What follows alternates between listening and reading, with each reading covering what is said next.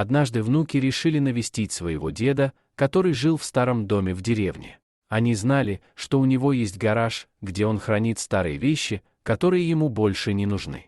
Когда они вошли в гараж, они были удивлены тем, что увидели.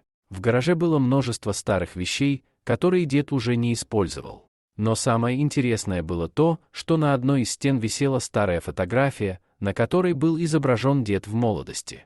Внуки начали рассматривать фотографии и рассказывать деду о своей жизни.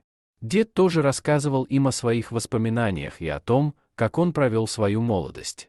Вдруг один из внуков заметил старую коробку, которая стояла на полу. Он открыл ее и увидел внутри старую книгу.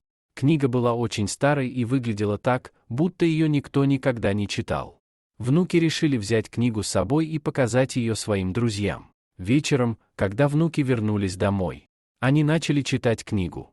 Книга оказалась очень интересной и содержала множество историй о жизни деда. Внуки были поражены тем, как много интересного дед мог рассказать им о своей жизни и о том, что он пережил. С тех пор внуки часто навещали своего деда и читали книгу вместе с ним. Они узнали много нового о своей семье и о прошлом, которое их объединяло. Спасибо за просмотр. Подписывайтесь на канал, где вы найдете еще много интересного.